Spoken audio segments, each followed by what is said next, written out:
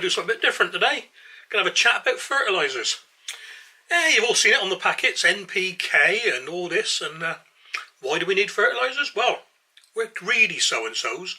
We keep growing plants, vegetables, whatever, on the same ground year after year after year, and we expect to get crops and results, So we got to put back in what we take out. The tomatoes you had last year, loads of lush red tomatoes. But if you want to do it again this year, you need to put back in the nutrients that the tomatoes took out. So let's talk about NPK. Okay, so the first one you'll find on a packet of fertiliser or even compost is N. Hey, in modern technology, see. N, nitrogen. Nitrogen is needed for the lush green growth. It makes proteins, it helps form the chlorophyll, forms carbohydrates in the plant, and it's needed. Every plant needs nitrogen. Whether you want the green bits to grow or not, it needs nitrogen. It helps all the bits and pieces move around the plant and makes a healthy plant. Be careful though, because too much nitrogen means the plant will just grow and grow and grow lush green leaves, which you want in your cabbages, your kale and things like that, lettuce. But plants in nature have evolved to take as much nitrogen as they can. In nature, they don't get the artificial food that we put in, so when they get a bit of nitrogen along, they'll yaffle it up. They want nitrogen, they need the nitrogen. But now, there's so much nitrogen. If you put too much nitrogen in, the plant will take nitrogen at the expense of any other nutrient, first of all. So, you've probably all had it. You've put your tomatoes in, you give them too much nitrogen, and you're thinking to yourself, where's my red tomatoes gone? I ain't got any red tomatoes this year. Well, that's because you give them too much nitrogen, possibly. Alright, there could be no pollinating bees and that around, but normally you give them too much nitrogen. And the plant has gone leggy. Next up, we have the letter P. P stands for phosphorus, not potassium. We'll come to that in a minute. I've got a few notes I've got to keep looking down now and again, because there's a lot to remember, Phosphorus helps the plant to set buds, set flowers, and it helps transfer the energy around the plant. It works with typically a pH 6.5 to 6.8. Oh, scratchy leg. And organic matter in the soil helps. Phosphorus and potassium in a minute, they need to be down by the roots. Unlike nitrogen, nitrogen is free moving around the soil. Phosphorus and potassium are not free moving. They need to be where it's needed by the roots. So when you're doing your overwintering bit, dig the phosphorus into the roots. Yeah, into the root area. Like I said before though, with your tomatoes, if you've got lots of green leaves, you may have put too much nitrogen. Alternatively, you could have put too little phosphorus. So phosphorus is needed all the way around. Which brings us swiftly on to the letter K. K is for potassium or potash, but it comes from the Greek for potassium, which is kalium. Kalium. Potassium, what's it do? It helps with the roots, and it helps with the phosphorus to move energy around the plant as before. It helps with the metabolic activity of the plant, and like I say, it helps with the root systems, and it helps in developing fruit. So if you're growing vegetables like, say, carrots, turnips, that sort of thing, yeah, potassium's the one for you. It builds up a store of protein in the plant. And a deficiency of potassium, you've got it. You have long, spindly, weak plants with stunted leaves, and, they just won't survive drought. Potassium helps the plant in times of stress. So if you've got good potassium levels, it helps regulate the water in the plant, and you'll be more drought resistant. So potassium, good all-rounder. So overall, you've got the N, P and K.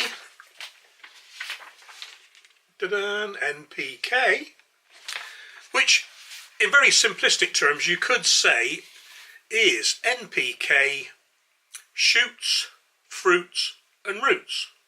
It's more complicated than that, but if you want lots of shoots, you put a bit of N in. If you want lots of fruits, you put a bit of P in. If you want lots of roots, you put a bit of K in. But like I said, there's more to it than that. Right, we've done the main building blocks, the main nutrients, but there are others, quite a few really. You've got calcium.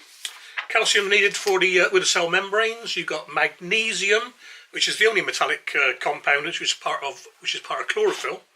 It needs it. Without magnesium, it can't the plant cannot process sunlight to make the carbohydrates that it needs. It's also good for the dark green colour of leaves. And then you've got sulphur. Sulphur is needed again for the dark green colour of leaves and promotes vigorous growth. Then you've got the micronutrients or trace elements. Iron, boron, copper. Not going to go into that. There's far too many of them. Right then, sort of down to the nitty gritty then. So we said you got the NPK, put fingers in the way, and when you see it on a packet of fertiliser, you'll see it as something like that. 777, 523, or 12817, or whatever. First number, I'm going to use this one. The first number refers to nitrogen, second number phosphorus, third number potassium. But these numbers also represent a percentage. So of this bag of fertiliser you bought, the box of fertiliser, 12% is nitrogen, 8% is phosphorus, 17% is potassium. Excuse me. Aha, they're saying. That doesn't add up to 100. That is 37. So what's the other 63%? Well, the other 63% is the filler material that the fertiliser nutrient parts need to get into the soil or to the plant if you're spraying. It's a bit like sowing very fine seeds. You put your seeds into sand and you can scatter the sand with the seeds. Same sort of thing. The filler material helps that. The filler material can also have other benefits, but on synthetic fertilisers, normally it's just a carrier. There's not much else to it. And just to further complicate matters, the nitrogen is in its elemental form in a fertiliser. So the N you see on the packet is the N you're getting. P and K are in their oxide forms of, I've got to read this, phosphorus pentoxide, which is P2O5 for you scientists, and potassium oxide, which is P2O. So this means that you've got lots of O's with your P's and your K's. So you're not getting the true weight of phosphorus and potassium. The true phosphorus is 0.44 of what you see on the packet, and the true potassium is 0.83. And I'll show you this in a minute. I'll talk you through it. So for example, your 777 Grow More, it's usually considered to be an all-round balanced fertiliser at 777, but it's not. And even the even the RHS say this on their website, and I'll quote them.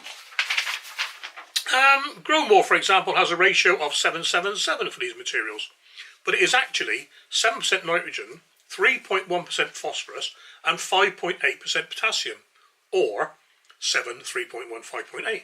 Therefore, it is a high nitrogen feed rather than a balanced feed, as is commonly assumed.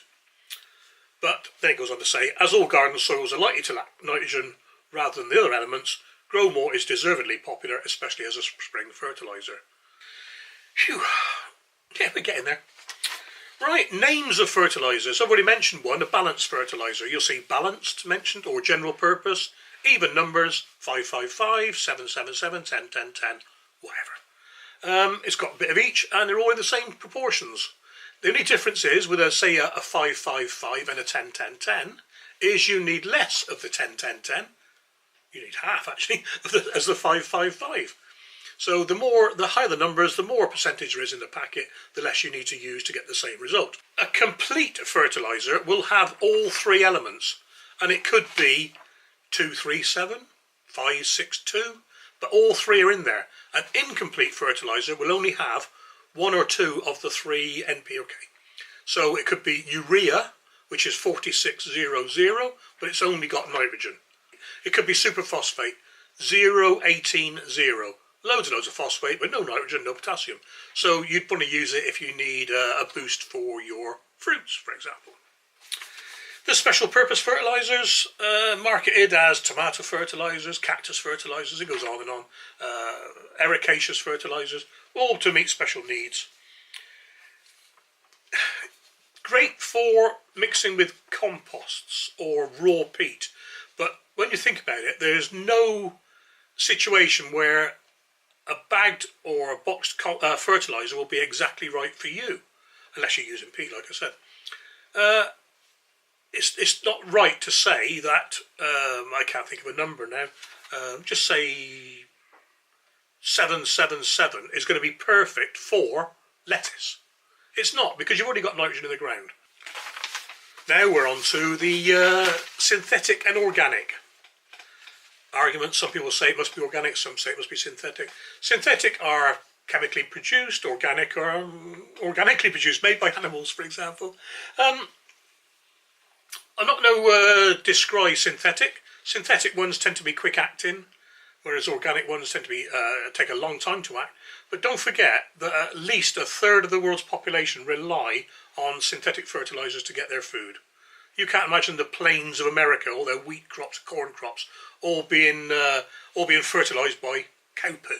There's just not enough to go around, you know. Some synthetic fertilizers are marketed as slow release or controlled release fertilizers. These are basically pelleted form of fertilizer granule, and they got holes in them. Every time you water, the slow release ones let a bit more fertilizer out, and next time you water, a bit more out. The clever ones, the controlled release fertilizers, they also react on temperature. So the warmer it is, the more the plant's going to grow, so the fertilizer holes, the pelleted holes get bigger, and they let even more fertilizer out. Clever stuff, you know. One of those would be Osmocote, but there's a few others as well. Oh, got to be careful with synthetic fertilizers, especially if you're using liquid forms. You can burn leaves with them. They can do more harm than good. So, other disadvantages of synthetic is they add no organic matter whatsoever to your soil. So you're just putting chemicals on, and when it rains, the chemicals have got to go somewhere. So quite often they'll just leach out, and you've got to do it again next year. Synthetic fertilizers can be a quick fix. It can be a long-term fix, but for a quick fix one, it's a bit like taking a vitamin pill as opposed to having a proper meal. The vitamin pill will get you going, but you can't sustain that, you can't live on it. Right, organic fertilisers, on the other hand, are made by living organisms. So you've got bone meal, fish meal, blood fish and bone meal, all sorts. Cow manure, horse manure, chicken manure, and so on. It's made by a natural process. They do take longer to work because they need the soil, the microbes in the soil to break them down. So what you would do is you'd use organic perhaps in the winter to prepare your plot, your land, ready for spring plantings. And the NPK value of organic fertiliser is a lot lower. It's a lot lower than synthetics. I'm going to need to read this, I can't remember all these. Chicken manure is, for example, 532. Cow manure, very low, 0.15, 0.15, 0.36. So you can see it's high in potassium, twice as much at the end there, but you need an awful lot of it because it's so diluted in the manure. And horse manure, 0.13, 0.18, 0.4. Again, higher in potassium. Be careful with the nitrogen values of organic fertilisers. Usually only a third of the nitrogen is available in the first year of application, and the rest of the nitrogen becomes available because of the soil microbes at around about 5-10% a year. So unless you're using a soil test kit, you want to sort of factor that in if you're going to put more manure on next year. Exception to that is chicken manure, where 75%, 3/4 of the nitrogen is available first year. So almost a bit of a boost, really. As you know, chicken manure is quite popular. One type of organic fertiliser that's an exception to the rest is worm castings. They do provide quick release and slow release, and they have a typical, let's have NPK, 3.2, 1.1, 1.5, but the nitrogen is immediately available. So yeah, they're pretty good, and they're obviously gaining popularity. So yeah, that's why a lot of people these days have their own little worm farm, worm bin. Great stuff. It really is good. Sorry if I'm dragging on a bit, but it's quite a big subject, isn't it? Organic fertilisers, they are bulky, difficult to transport, which puts a lot of people off. For example, for me, I can't get load tons and tons of manure up the allotment. There's no access. I can't get a car. I can't get a van pickup truck down there. There's no road into the allotment, so I can't do it. I can't dump it on a road because it's a narrow lane wide enough for one car. So. But what the manufacturers have done now, they've made concentrated versions like is it Orgrow? I think it's one of them. 6X pelleted chicken manure. There's one here, I've got to read the name of it, I can't remember. Grow Organic, concentrated manure. So you only need a fraction of what you'd normally use. It doesn't put as much goodness in the soil, but it's slow release, so it's pretty good stuff. And another one that's gained popularity in recent years, well I say recent years, 10, 20 years, I don't know, is seaweed fertilisers. It breaks down rapidly, it makes itself available to the microbes in the soil, it's quick release, and it's got loads and loads of trace elements. So you may not want to use it as your main fertiliser, but it's good as a backup fertiliser to go with everything else. There's loads of it. What's the name? Maxicrop, sorry, not name drop in there, but Maxicrop's one of them. Good stuff. I used it on my tomatoes and I had fantastic results, so unless something else was helping, I don't know what it was. And there's one last little twist to the fertiliser world is granular or soluble. Granular, stick in the ground, top dress with it, side dress with it, dig it in before you plant. Soluble, spray it on, water it on, watering can, over the leaves if you have to. Liquid, soluble fertilisers, and there are milled powders that you put into your watering can, put in your sprayer, and they dissolve instantly or become an emulsion that you can spray on.